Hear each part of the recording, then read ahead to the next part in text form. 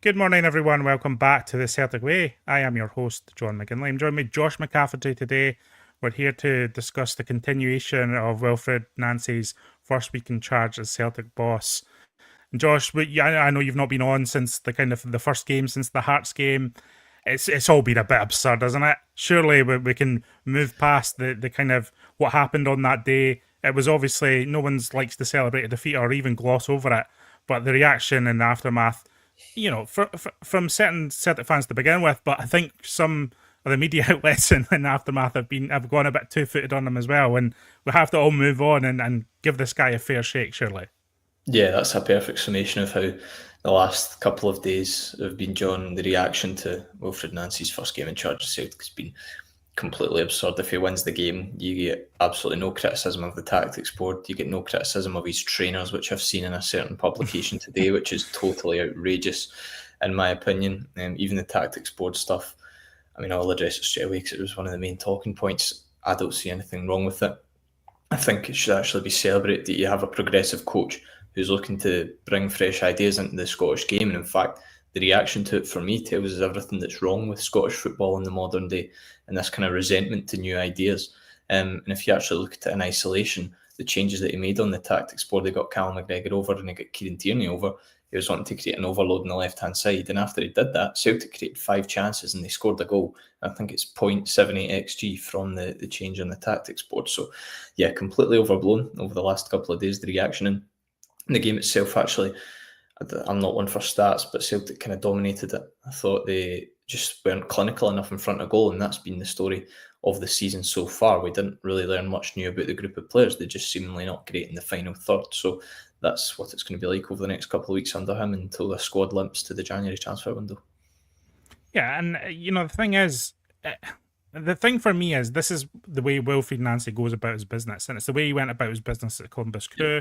And it's the way he gets across messages to his players. And I think we're all going to have to grow up a bit and deal with that and just accept that this is how he works. We're not going to change this guy and mold him into this kind of old school Scottish manager who is going to do things exactly the way we're used to and exactly the way that we've kind of always been taught about how managers should be. This guy's coming in because he's got the fresh ideas and he needs the, it's not going to be, what's going to be defining about Wilfried Nancy is the results he brings, and if he can really win over the players. Winning over the players is absolutely crucial, and that's actually the most important thing about this week. And I hope that everything's going well in that regard and that he's managing to get these players to buy into his methods, because it doesn't matter what supporters say, really. It doesn't matter what the media is saying, really.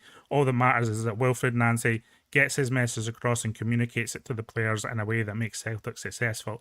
And I think we've maybe all lost sight of that in the last few days. Just before we continue into the rest of the show, a word for our sponsors at Simply Furniture, located in Hillington, Glasgow. They're an independent brand dedicated to bringing luxury and contemporary style into homes across the UK. Their dedicated team ensures your furniture is delivered with care right to your doorstep. And if you want to see their range up close, you can visit their showroom in Hillington, Glasgow. If you mention the Celtic Way, you get a special in-store discount.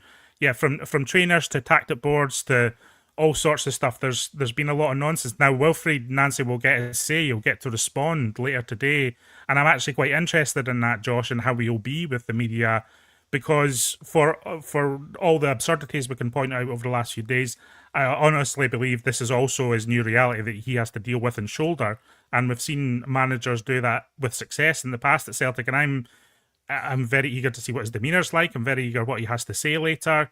I'm wondering how conciliatory he's going to be to a lot of the noise, which I think has been unfair, and he'll get his chance to put across his case in the wake of the last few days in front of the media ahead of tomorrow's match against Roma in the Europa League. Yeah, if Wilfried Nancy wasn't aware of the unique fishbowl of Scottish football before Sunday's match, he certainly was aware of it after with the reaction to 3:00 press conference at Celtic Park today, I believe it is. So he'll get his chance to speak and say what he wants. I'm really intrigued to actually see what he's like with members of the media, because he'll have known, I'm sure, that some stuff has been said about him. Some clips have circulated, criticism of the tactics board, etc., over the past couple of days. So is he going to be warm to them? Is he going to be quite cold? seen kind of Ange Postecoglou was had his own specific way of dealing with the media. So that'll be very interesting. Yeah. Yeah, Welsh Paul saying it does matter what the supporters say. I mean, it matters in the sense of the overall conversation around Celtic. In terms of like the forward progress of Wilfried Nancy getting results out of this team is really what matters most, is his relationship with the players and how he is enhancing them in training and ultimately on a match day as well. We'll probably take questions today as well, guys. So if anyone in the live chat has any questions about Celtic or about what we do or kind of anything really, I'd be willing to answer them, and I'll kind of favourite the best ones and answer them later on the show. So get them in as we progress. And just on Hearts, so you mentioned there that you made those changes in the second half that seemed to, I think, cause this overload on the left-hand side, which is really where the kind of late chances come from. Kieran Tierney switches to a more advanced role than kind of rather than sitting as one of those centre backs. And actually, it's Kieran Tierney who provides the transfer for Arne Engels in the header, and obviously Kieran Tierney who gets the goal ultimately. He kind of abandoned Celtic's right-hand side, which is interesting because we've been saying all year that Celtic's right-hand side isn't really functioning, you know, and that he spotted that in mid-game and just solely focused on Celtic's left flank is a credit to how he sees this team. And actually, if Celtic are going to be successful moving forward, we need to figure out what's going on in that right flank, because you can't just have one functioning wing. You know, you need a strong presence on that right-hand side as well. Yeah, and I think one of the most encouraging points actually from the game on Sunday was that Wilfried Nancy had 2-3 days with the Celtic players tops going into the match, and he managed to implement a system that when you were watching the game, you could see how it worked. You could see that what he was trying to do, what the players were being told to do, and it worked to somewhat effect. You know, if Daisen Maeda takes that chance 10-15 minutes in, you're looking at a totally different game in my opinion, and Wilfried Nancy is not getting criticised for his tactics board or his trainers.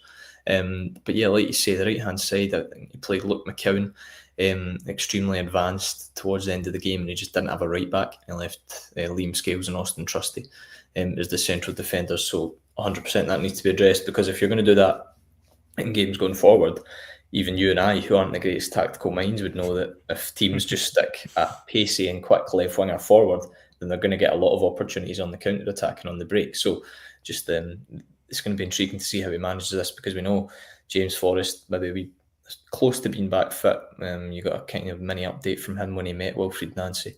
But aside from that, you know, you've got Kobe Donovan. I wonder if he could actually play in one of the three central defensive spots. Luke McKeown, and then Yang started there at the weekend, who I thought actually was quite good with his performance, especially in the first half, did pretty well. But even all those options, Tony Ralston's another one, until Alistair Johnston comes back fit, they don't fill you with optimism, do they?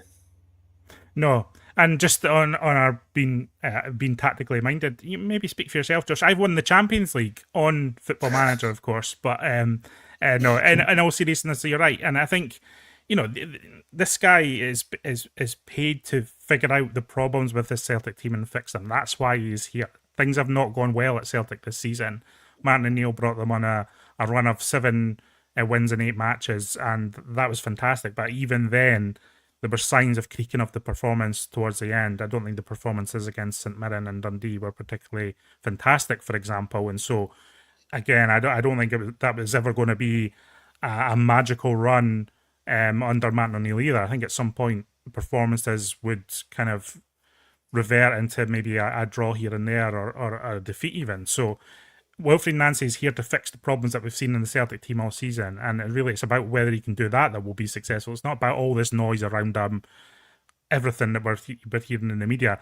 And actually, it's one of those funny things, Josh, where it's like the immediate reaction to the defeat was obviously, it's always a bit emotional when Celtic lose a game. That's just how this support base functions. It always gets a bit heightened, and there's a lot of accusations and there's a lot of emotion. There's sometimes some humour tinge with it. It all flares up and everywhere you see. And I don't think it's just a social media thing, because it happens in my group chats and my friend groups and everywhere. There's just an emotional reaction to the Celtic defeat. And what's happened there is like, it's now self-sustained into 3 or 4 days of pretty nonsense coverage of it. I think the irony of it all is that actually the coverage might end up helping him and helping his perception with supporters, because as we know, the one thing Celtic fans love more than anything really is getting behind an underdog and someone they feel is unfairly treated. And actually, I'm wondering whether all this scrutiny and all this coverage over the last few days will actually help him and actually have Celtic fans behind him even more than they were, certainly in the wake of Sunday, but before the Hearts match as well. Yeah, there are a lot of parallels to when Ange Postecoglou initially came in the door. Not just that Wilfried Nancy's lost his first league game to Hearts, but also some of the reaction in the press at the time. Postecoglou was chastised by a lot of outlets and journalists and even pundits as well. But Celtic fans got right behind him, even though he lost 3 out of his first 6 league games, and you've seen where that went, the direction that headed once the momentum started building. So, like you say, I wonder if that could happen with Wilfried Nancy. The Celtic support, I feel like in the past couple of days, are well behind him. But like you said at the top of the show, John, all that really matters is getting the players on side. There were some interesting comments from Kieran Tierney the other day that came out. We had them on the site, and he was talking about the tactical side of things in the system and how he's been enjoying it so far. And he obviously only said that on Sunday, and that was after the game. So that's only a couple of days working under Wilfried Nancy. And he's only going to develop and further those ideas onto the players over the next couple of days and weeks. But he does need to get them on side. And if he does, then I think there is everything to say they can succeed. Yeah, Kieran Tierney was kind of saying that, it's only a couple of days, they're still getting to know, and like you saw in that second half where people were maybe struggling with what he was trying to communicate too, and like maybe trying too hard. And as we know, there was a desperation to Celtic's kind of play in the second half where they just started lumping the ball into the box. I pointed this out on the show yesterday with Hamish, but essentially there was like 3 or 4 crosses in the first half, and then there's double figures, not high double figures, but high teen figures in terms of the crosses into the box in the second half. And something Nancy said after the game that he doesn't want from his team. He wants them to have that more intricate ideas where they're overloading, overlapping, and creating those passing lanes that really is what's going to define the Celtic team ultimately, I think. I don't think this team are going to be defined by the quality of the cross that is put into a box, for example. I think it will be about their position in relation to each other and how they progress through defensive lines, even when a team is sitting deep and defending their box. And again, that is going to be the key of this Wilfried Nancy team. And I think what was interesting as well from everything that he said over the last week, and maybe what has been forgotten, is that he also admitted that this is new for him and that he has never been in a situation where he's taken on a team mid-season, and that he kind of alluded that he's going to take that into account. And I'm just wondering how that will manifest itself over the next couple of matches. I think the Roma match is what it is, and everyone's kind of like, that looks difficult. It's almost a bit like the Feyenoord game, Josh, where everyone's they're unsure of it, and if there's a good result, it'll be a bit of a bonus, but everyone's not really expecting a comfortable night against Roma. The big match this week, of course, is St Mirren in the League Cup final, and it already feels huge for him, and that's, again, I feel silly saying that because it's so early in his reign. I'm not saying it's defining in terms of whether he keeps his job or not, but in terms of this early perception of him, like it couldn't really be bigger, because if he wins that, it really takes, I think, a lot of this noise around him off his shoulders for a bit and allows him to settle in properly. Obviously, if it goes the other way, the opposite could be said, where there'll be a lot of people, looking for someone to blame, and he'll be the man in the middle for a lot of people to blame, even though I think even if we lose at the weekend, I really don't think you can shoulder it on Wilfried Nancy. As I say, I think the problems at Celtic run deep this season. He's been put into this really difficult situation, and I'm not sure how much he could shoulder the blame if it goes wrongly at the weekend. Yeah, it could be massive for him. If he does win, looking at it in a more kind of positive direction, it could really build the momentum. It could get the players back on side, or fully on side now with Wilfried Nancy, that if he wins a cup final, then they realise, he's got silverware, even though it's only one match. One thing about St Mirren, they'll be dogged. It'll be a really tough game for Celtic. They'll play the 2 big guys up front, and they'll give Trusty and Scales and whoever the other central defender is a lot of issues. The Roma game tomorrow, obviously we'll touch on it more in the briefing tomorrow, but it's going to be tough. I think it's somewhat of a free hit for Wilfried Nancy. Roma will come to Celtic Park. They're a quality outfit. I know they've lost their last 2 games, 1-0 to Cagliari, then Napoli, but I don't think you can really take much from tomorrow night and judge Wilfried Nancy on tomorrow night. Another point I'd add, just going back to the weekend, is the Sky interview, I think, that made a lot of headlines, where Wilfried Nancy was talking about the performance over the result, and I think people maybe read a bit too much into that. I didn't really watch the full interview because when Sky posted it on their socials, that was kind of the quote they used. But if you watch the actual full interview, you realise that yes, he does say that, but he also puts emphasis on the fact that everyone wants to win, and that's one of his key philosophies, is that you prioritize the performance because the performance naturally leads to results, and if you keep performing, it's sustainable and it helps you win matches easier. So I think there's a bit of an overblown reaction to that as well. Yeah, and he also said in the build-up he doesn't know anyone who likes losing, and that's really what the point. And actually, if you go back, you'll see Brendan Rodgers talking about this. You'll see Ange Postecoglou talking about this. You'll see a lot of people talking in this manner. This is how this is their mindset. Their mindset is all about day-to-day process and growth. And you can argue whether you want to return to the good old days or not. But the reality is football isn't really like that anymore. And a lot of coaches that at the elite level talk in this way. And again, it's something we just need to get on board with. I think there's an element of, should he recognise the situation there where we've just been beaten by Hearts? Is that something he should say, even if it's not particularly egregious, because he knows how it will be taken? And maybe that's a bit of the media savvy that will come as he's in this environment. He'll quickly learn how much people can latch on to single comments in Scottish football. And I don't think it's just the media, it is supporters too. And whether you should really say that in that moment, because when you've just been beaten by Hearts and you are on Sky Sports and you say something like that, then I understand how people have had the reaction to that they've had. I'm not saying it's the correct reaction, but in that moment you can kind of understand it. Hopefully that's something that he kind of picks up as he goes along too. Because that, communication with the media and with supporters is important to an extent. Everyone needs to buy in. And when he's speaking to the media, what he's really doing, Josh, is he's speaking directly to supporters. He's not really speaking to the journalist. And he needs to have that mindset. It was something Brendan Rodgers did so well for quite a long time at Celtic, something Ange Postecoglou did so well. So it's definitely an element that he'll need to catch on to quickly. And I guess we'll find out if he does that later, and how savvy he is with the media later this afternoon. Hazel Finn asking, do we think Wilfried Nancy will switch out Trusty from that system?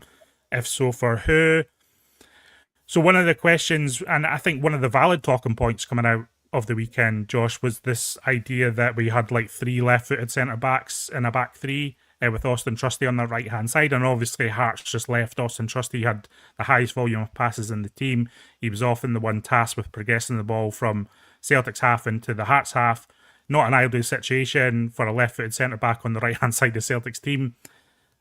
So the question is, I think the question is valid. Do we need someone right-footed in that position first of all? And who comes in, and kind of what will the makeup of the back three going forward be?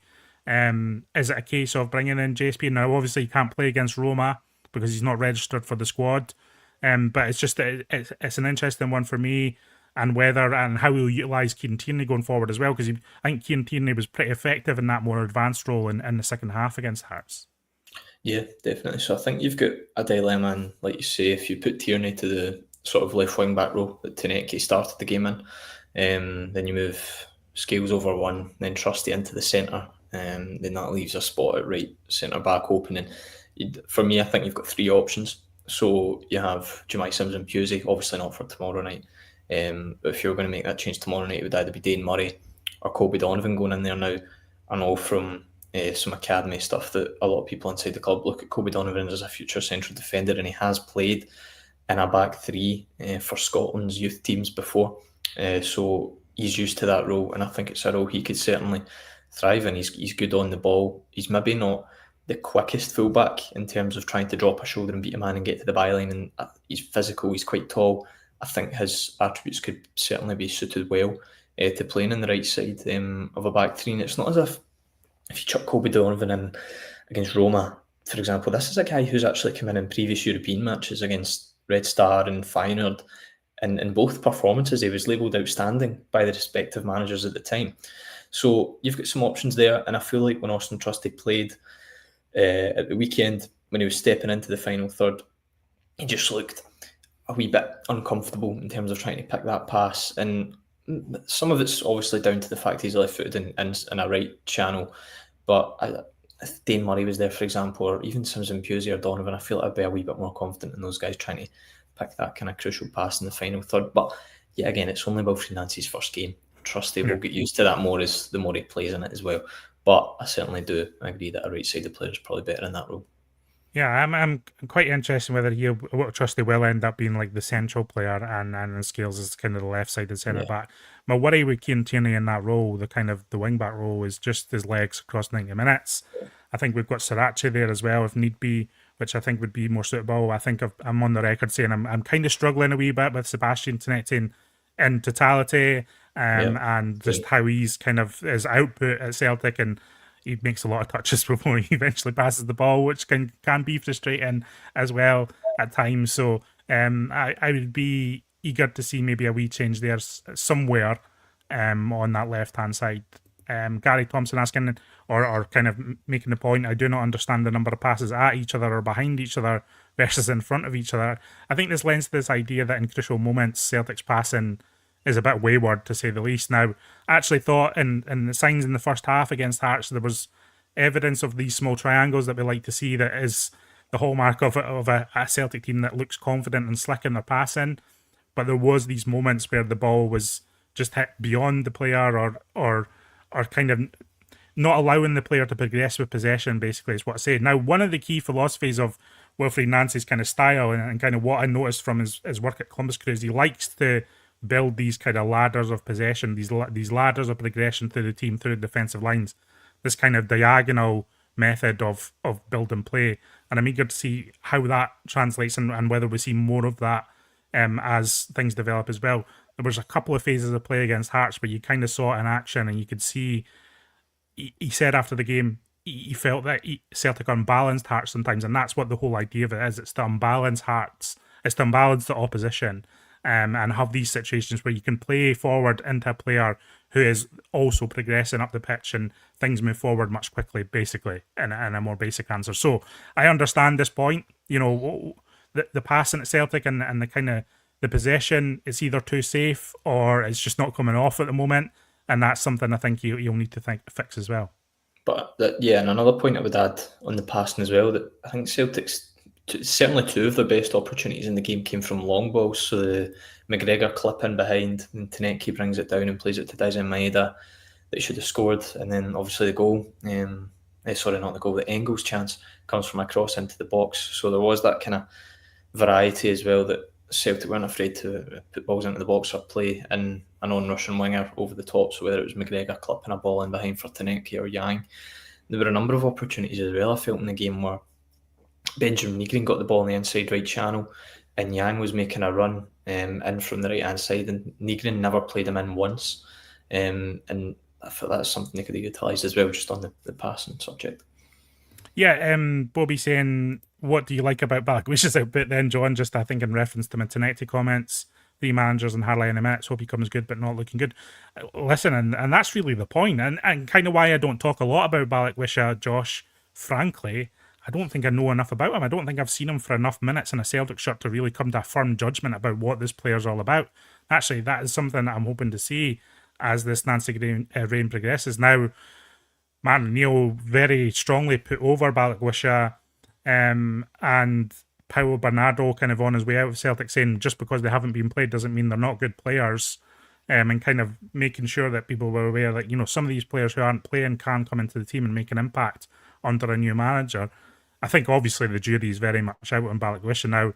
The fleeting things we've seen from him haven't been too encouraging, and I'm again, it's one of those ones where I'm struggling to know what his kind of unique selling point as an attacking midfielder or a winger or whatever he's going to be at Celtic is. But yeah, the simple reason why I don't really talk about Balakwisha much is just because I haven't seen enough of him. Yeah, and Celtic didn't even really need another left-sided player when they bought Balakwisha. They really needed a right winger, but they signed him, and then Tanecki started very well, and he's really not been out the team since, and Balakwisha's not had these opportunities. So yeah, I don't even think, how many months has he been at Celtic now? 3 months. Usually within that time you can judge a player based on their performances and what we've seen of them, but we certainly haven't seen enough of Balakwisha to make a sound judgment on him. He could get chances under Wilfried Nancy, certainly, but just have to wait and see. Like you said, it was interesting that Martin Neal actually did point him out, because he sees him every day in training. He would have seen what he's capable of producing. But at the end of the day, though, he didn't eventually play him, and Martin Neal was in charge for a good 7 or 8 games, so there would have been a chance for Balakwisha to get some minutes, and he didn't really get any. The frustration is as well, Celtic spent, 10 million, upwards of 10 million on Tunetke and Balakwisha. And in the league, I think they've contributed, is it 2 goals in terms of goals and assists? So just, it's another mark of the poor recruitment. Yeah, and actually, that's the point. Stephen McGowan has a column up on Celtic Way and the Herald just now, making the point that January is so crucial and Paul Tisdale is key in that. They've kept Paul Tisdale on, they've not made him a scapegoat. Celtic have done this in the past where they've kind of had a scapegoat for the transfer failings, which, look, I'm not saying is all on Paul Tisdale, but he is the head of football operations. He ostensibly oversees the scouting and recruitment aspect of Celtic, and at least sourcing the players that managers and others then make decisions on. Really, you would hope that his work's been done pretty. His work's mostly been done. It's 10th of December. The transfer window opens in a few weeks, but this recruitment, and again, we talk about this thing called alignment of the players coming into Celtic, whether they suit the manager that is in place now. I don't think you can argue that many, if any, of the signings that were made this summer suited the way Brendan Rodgers likes to work. And suited what he wanted out of that transfer window. And it's not just about how much money you spend, but if you look at the way Brendan Rodgers spoke about Shin Yamada, the way he spoke about Hayato Inamura and all these, you need the manager to be bought into the players that are coming in. Otherwise, it's just, you're just spending money on players for what? You're just kind of stockpiling players. As we've seen, Shin Yamada and Inamura barely played. The only thing I would say is, like, in a change of manager, you're hoping these guys are now, like, giving everything in training and going, like, we're going to show everyone that we can play for Celtic. We've got a new guy in charge. They need to have that personality, I think, to make a breakthrough and make an impact. Because I mean, and this maybe sounds a bit silly, and it is one of those old school comments, but I look through that Celtic squad, that Celtic team, and I don't see a lot of individual personality. At times, to me, everyone just looks a bit like they're going through the motions somewhat. And I want to see more of these players showing who they are as individuals in this Nancy system. And, because that's what his whole thing is about, Josh. It's about harnessing individual personality for the betterment of the collective. And that's something I'm really hoping to see over the coming weeks and months. Yeah, hopefully Paul Tisdale was falling asleep at the game at the weekend because he's been doing so much hard transfer work, and not another reason. It's a crucial January window. Your only hope is with it that Paul Tisdale recommended Wilfried Nancy to the club. So you're hoping that he can work with him and he knows the type of players Wilfried Nancy will want. But at the end of the day, sort of understand that Paul Tisdale doesn't have the executive power to go out and actually complete the deals and carry out the deals. So at the end of the day, it's going to be the same people who in the January transfer window couldn't sign a striker until after the deadline when the manager wanted one. So it's those same guys that are going to be completing the business and making the phone calls and everything else. So I don't have much hope for Celtic in this January transfer window. They've sold Nicholas Kuhn, they've sold Kyogo Furuhashi, they've not replaced him yet. Matt O'Reilly arguably has never been fully replaced. So I like to be more optimistic at times of Celtic, but with transfer dealings of late, it's so hard to be optimistic, because even people who will say, oh yeah, I think the club will go out and back Wilfried Nancy, they've signed 2 or 3 players. There is absolutely no evidence to suggest that they will do that based on previous windows. Yeah, it's a bit of a struggle to be totally optimistic about Celtic at the moment. But we are trying our best. Simon Fideni kind of adding to that. Don't want to be a downer, but there hasn't been much evidence to be hopeful in January. I'm not meaning to pile on, but if you also look at some players who could leave, I mean, I'm just going to be very surprised if Daizameda is not on the first flight out of Glasgow on the 1st of January. Like, not being too flippant. I think obviously that will be managed to an extent, and Celtic have some degree of power, but it's looking like Daizameda will be heading off, and actually the recruitment in those attacking areas is so crucial. Like, I think Celtic need a functioning, hungry, goal-getting centre forward striker that in that team so badly. It's never been more apparent. Kelechi Iheanacho is obviously he was a Brendan Rodgers sticking plaster, and I don't think we can build a future around Kelechi Iheanacho as much as maybe he wasn't quite the disaster that maybe some, i.e. myself, the disaster that some painted him as, and on that kind of the day after the transfer window. But I don't think you're building something around Iheanacho going forward, especially he was Rodgers' man, wasn't he? That was the relationship. So And again, it's heartening to see he's back in training and maybe involved a bit more. And we'll see if he can become that kind of player who likes to hold up play and bring others in around. But my point is, January, need a forward, need a striker, need a good one, Josh, and that's going to be hard to do. Yeah, need a right winger as well. Mm. There are a lot of positions that need to be filled, but yeah, 100%. If Dyson Maeda leaves, you're relying on Johnny Kenny and Kelechi Iheanacho as your number nines, and for Celtic in 2025, that simply cannot happen. So it'll be interesting to see what Wilfried Nancy, because obviously he'll have a say in things and how things go. We've seen Ange Postecoglou when he came in, look at the J League. A lot of people have said, well, Nancy, look at the MLS. It certainly could be an option where there could be some uncovered gems, but just need to wait and see. Rio Hatate is another one. I wonder, is there going to be some question marks over his future in the January transfer window? It seems like he's been angling for a move for a good while now. So it's going to be very interesting. And it's only 22 days away, 3 weeks essentially from starting. So you're really hoping South are carrying out their due diligence at the minute. What did you make of Yang's performance at the weekend? I actually thought he was decent in that right hand side. Now, we mentioned a lot that Celtic's right hand side wasn't really functioning to any great extent. But I thought, actually Yang's defensive numbers, even when he's been playing as an outright winger, have been fairly solid all season. And I thought he was actually useful in winning back possession, actually, against Hearts and showed some endeavour on that right hand side. Definitely, I think, more effective in the game than Tenecti was. And so I'm wondering, is there something in Yang now? He's another who wanted away. He was almost out on his way. He almost left Celtic on deadline day. It was almost confirmed before it fell through at the last moment. So he's another that could leave in January. But I don't know, that there was just, and I've been a pretty harsh critic of Yang, but against Hearts, I just saw something there that was like, maybe he can fit in here. Maybe he has the bravery and the kind of, he was just getting stuck in basically. And I like to see that from Yang. I like to see that the weekend. Yeah, I totally agree with you. I remember thinking at half time in the game, he's actually playing pretty well. Like you say, he gets stuck in, and Yang's never a player who hides. He's always looking to get involved in things and show for the ball, even when he's not having a good performance, and won the ball back a number of times. I looked over on the right hand side in one instance after he won the ball back in the first half, and Wilfried Nancy was right up at him, clapping him, applauding him, and giving him a lot of encouragement. And in terms of attacking side of his game, could have had a bit more. He did get in some good space that players didn't maybe manage to find him, but I wonder if he could be sort of reinvented in that sort of right wing back role under Wilfried Nancy, because it's the only really option kind of Celtic have there. You're not expecting an ageing James Forrest to get up and down the right hand side for 60, 70 minutes the way Yang did at the weekend. Even someone like Anthony Ralston, I wouldn't be too confident in playing in that sort of role, where there's a lot of onus to get forward as well as get back. It's just about waiting until Alistair Johnston returns from injury, really, and having a gap holder until then. And Yang certainly looks like could be that guy, because he did well at the weekend, but it's one game. He's going to have a big test against Roma on Thursday, cup final as well. So we just need to. A lot of people have did this with Yang before, where maybe he's had one couple of good cameos and then maybe get a wee bit carried away. But I feel like different role, new manager. Wonder if something could really actually change substantially for him.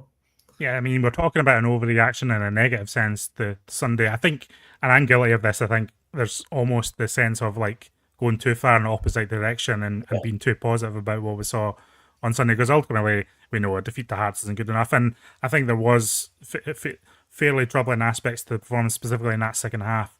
DQ saying personality is the key factor in how we need to improve and progress under Nancy, given how much he puts on the players making the right decision in the last third.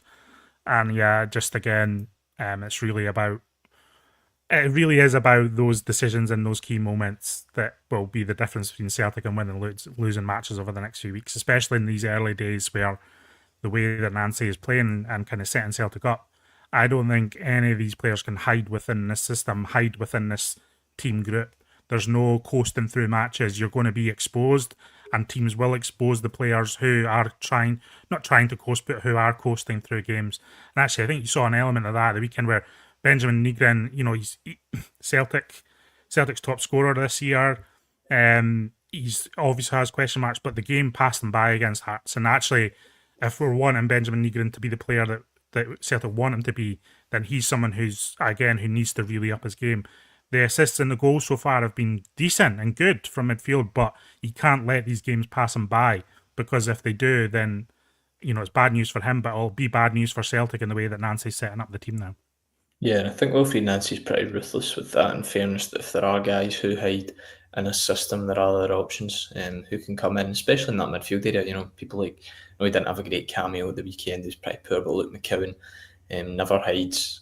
Paulo Bernardo's someone who will come into the team and be hungry to take his chance because he's not had a lot of opportunities this season. Yeah, Benjamin Negrin, I still don't fully kind of get him as a player. He ghosts in and out of games, and then he'll pop up in the box and score a goal from about 12 yards out, and he's the hero. It's just one of those players that are so difficult to understand. Roscoe was saying, I've got Tesdale's player list for January here. A technically gifted 2-footed barber, press resistant yoga instructor, a false nine barista. I think I need all three of those, actually, frankly. So maybe that's my list. Maybe that's the list my missus has left me for today. No, but in all seriousness, like, what do we feel like Celtic need? Like, we're talking about a striker, we're talking about all these positions. Like, how many players are necessary? Here's a question for you, Josh. Are you accepting loans in January? Are you accepting short-term loans? Is that a potential answer to getting Celtic through this season, and then you regroup in the summer and go from there? Or is that just a further continuation of this misalignment between the kind of the board and the football department? And what would the reaction to be a bunch of loans be? So I think it would depend on the type of loan it is. So, for example, if it's one like Jeffrey Schlupp, where they come in at the last minute, there's no option to buy. They're clearly a guy who hasn't been playing much at his club, and the manager knows, then there would be a great reaction to that. But if it's a loan like Jota was initially, or Cameron Carter-Vicker was initially, where you've got an option to buy at the end of it, and they're a promising young player who can come in and is going to be hungry and can add something to the team, then I think the reaction to that would be fairly positive. Obviously, everyone prefers permanent signings, and if those deals can be done, then all the better. In terms of positions, we've talked about number 9, a striker. That is an absolute must. It should be top of the list. A right-sided player, maybe even 2, should be on the mind of the recruitment team as well. And then depending on departures in the midfield, you could be looking at bringing in a central midfielder as well. I wonder if they'll look at a ball-playing right-sided central defender to play in Wilfried Nancy's system as part of a back three. They probably will look at that. And yeah, I think that would probably be it. Can you think of any more areas? No, and just I think the importance of the back three is kind of almost overlooked. Now, Celtic have a lot of defenders, but I think when you're putting a lot of responsibility on them to actually be progressing possession, actually, if you look at Columbus Crew, he plays his centre backs pretty wide consistently. Then that's not an oddity what we saw against Hearts, where Austin Trusty has so much of the ball. It's actually the way that Nancy's teams obviously start a lot of their attacking moves, as kind of players ahead of him get into position and trying to find this structure, this diagonal structure that I talk about that progresses to the defensive line. So I think it's something worth looking at. My overall view of January is like, I'm not sniffy at all. Like, I don't think Celtic are in position to be turning their nose up at anyone who is a potential target, to be honest with you. And whether that's a loan or anything else, I don't mind. Now, I think Marcelo Sarachi was a good loan signing, and that's something that we needed in that moment. And I'm not against similar loan signings to that. Now, it's all about the quality of the player and their desire to play for Celtic. I don't want a lone player who's checked out and just like filling time before the end of the season. I mean, there's even a possibility of a couple of like players wanting to tune up for the World Cup that maybe aren't getting regular action at their own teams. I'm not against that either, and I don't think we should be turning our nose up at that. Obviously, the perfect scenario in January is that Celtic have long-term targets and it's all lined up and these guys are going to progress for the next 2 or 3 years. I'm just not sure how realistic it is, and I'm just really wanting Celtic to give Nancy enough for him to get through the rest of the season, and then we take the long-term view of Nancy's team from that point forward. Maybe that's too dour and negative, and maybe we should be demanding more from the club in January. But I'm trying to be realistic about what the club can deliver. Yeah, realism, and I think that's, like you say, probably maybe one of the more likely scenarios. The club rely a lot on agent recommendations. That was how Marcelo Sarachi kind of came to the club, I believe, as well. So yeah, it's going to be an interesting window. The absolute priority between now and the end of the season for Celtic is winning this league title. and whatever they can do in the transfer window to help them do that, then they should. In terms of having, it's not going to be a January transfer window when Daisen Maeda, Rio Hatate, and Yusuke Ideguchi all join the club on January the 1st. I don't think that's going to happen. But let's just wait and see what they can come up with. I'm not entirely confident in them. Yep, guys, we'll leave that today. We'll be back tomorrow. We'll have full coverage of Wilfried Nancy's press conference as well. It's kind of UEFA designation, so we'll get as much as we can up from that, either on YouTube or certainly across the site as well, with full transcript, and see what he has to say. He handles the media well on his day. I've seen him do that. I've seen press conferences at Columbus Crew, and I want to hear Wilfried Nancy's take on the last few days and how he's dealt with everything and how things are going from his perspective. His perspective's so important in all of this, and that can't be underlined enough. So I'm looking forward to hearing from him. Thanks everyone for joining us in the live chat today or in the comments below. We'll be back tomorrow morning on YouTube, and we'll see you again next time on the Celtic Way.